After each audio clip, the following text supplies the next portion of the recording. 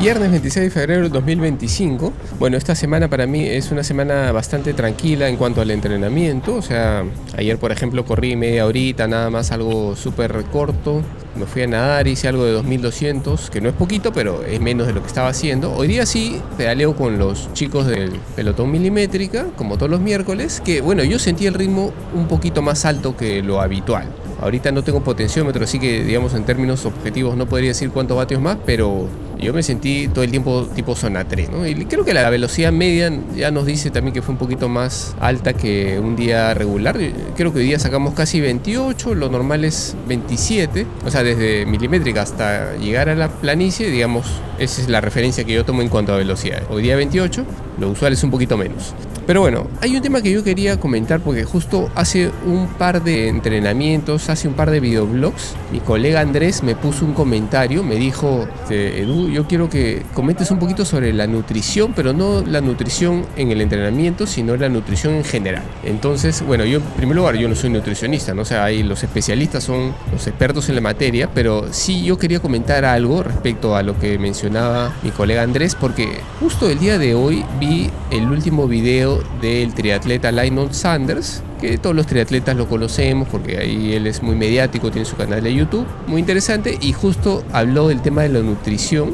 Se ha hecho unos exámenes y no ha recibido muy buenas noticias. Pero antes de llegar al tema de Lionel, yo lo que quería comentar era lo que me decía el colega Andrés. Él decía, bueno, no es textual, pero más o menos recuerdo lo que él me puso en el comentario. Me decía que él tenía dificultad para poder comer suficiente proteína, que los carbohidratos son muy fáciles de encontrar, están en todos lados, pero la proteína se le complicaba. Entonces él decía que ni siquiera llegaba a la dosis más o menos recomendada de 1 gramo por kilo de peso. Sin embargo, los carbohidratos sí uno come en cantidades bastante altas porque están en todos lados. Entonces, bueno, yo creo que sí tiene mucha razón Andrés. A mí me pasa exactamente lo mismo.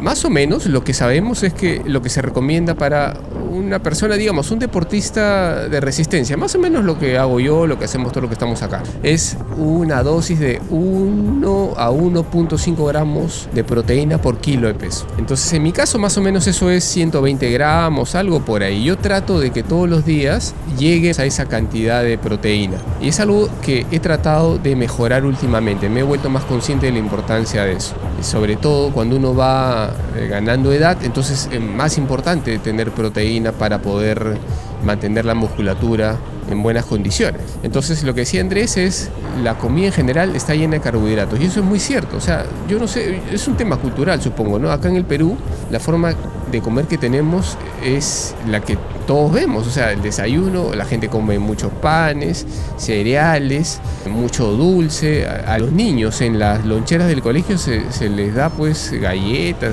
yogures, esas cosas, ¿no? Bueno, yo no sé si las cosas cambiaron un poco, pero eso era lo usual, ¿no? Entonces la comida rica en carbohidratos está en todos lados. El azúcar está metido en todos lados. Nuestros almuerzos típicamente son pues arroz, papas, pasta, guisos. En la noche la gente come lo mismo, los postrecitos están ahí. O sea, es muy fácil comer exceso de carbohidratos en la forma en que tenemos de comer aquí en nuestra cultura, al menos. Entonces el apunte del colega Andrés es muy acertado. Eso es lo que él ha visto y yo también lo veo, y creo que nos pasa a todos. Ahora, creo que lo importante es ser consciente de que eso es así y que no es del todo bueno. O sea, tenemos que cambiar un poquito la forma en que vemos la comida para tener una dieta un poco más equilibrada. Y aquí quiero hablar ya de lo que decía Lionel Sanders. Él se hizo, según lo que vi en su video, hace 2 meses se hizo unas pruebas de sangre porque digamos que no se sentía del todo bien. Ahora, bueno, antes de eso, ¿no? Siempre lo que dicen pues los youtubers o la gente que seguimos en las redes, siempre hay que tomarlo con pinzas. Pero en el caso de Lionel Sanders, yo creo que es una persona, un atleta profesional bastante transparente con las cosas que hace. Entonces yo creo que a pesar de su canal de YouTube, que está dedicado obviamente para que la gente lo vea, yo creo que dice cosas que son interesantes, y yo creo que esto que está mencionando es completamente cierto. Él dice, se hizo los exámenes y el resultado es que está casi diabético, ¿no? Él hace una reflexión sobre lo que ha sido su vida como atleta, y él dice pues que, bueno, él come muchos carbohidratos cuando entrena. Eso sabemos que todos los atletas profesionales de resistencia lo hacen, pero él también explicaba que además de comer un montón de carbohidratos, aún en entrenamientos cortos y de baja intensidad para él se metía 60, 70 gramos, ¿no? Por hora, lo cual es bastante.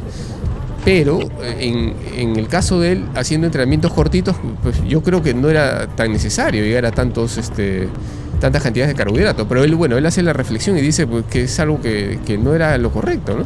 Y que encima, además de comer en los entrenamientos de ese tipo, ligeros y baja intensidad, terminar el entrenamiento y seguía comiendo mucho más, ¿no? Entonces él dice que ha tenido ciertos síntomas que ya más o menos lo alertaron, ¿no? Que era, por ejemplo, orinar mucho de noche, ¿no? 8 veces en la noche orinaba, dice, lo cual es un montón. Y que tenía muchos antojos de dulce. Y esto de acá me pegó directamente porque yo de alguna manera los antojos de dulce siempre lo he comentado, los tengo, ¿no?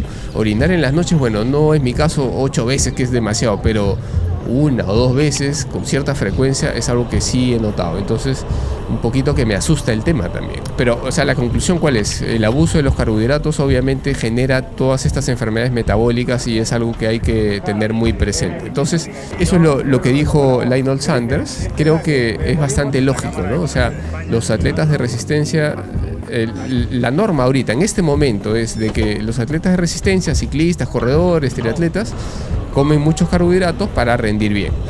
Ahora, por ejemplo, hace poco yo estaba comentando, los entrenamientos largos que estoy haciendo, estoy metiendo 60, 70 gramos por hora, pero ojo que lo que hago es solamente para entrenamientos específicos y cuando están llegando las carreras, ¿no? De manera regular en un fondo de bicicleta no meto tantos, o sea, meto 30 quizás y a veces hasta con menos que eso, ¿no? Los días de carrera a pie que yo corro 1 hora y media o un poquito más, si es que no hay competencia a la vista, yo los hago así sin nada, con agua nada más. Entonces hay que diferenciar bien eso, ¿no? O sea, los atletas amateurs como nosotros, aficionados, no necesitamos tantísimo carbohidrato.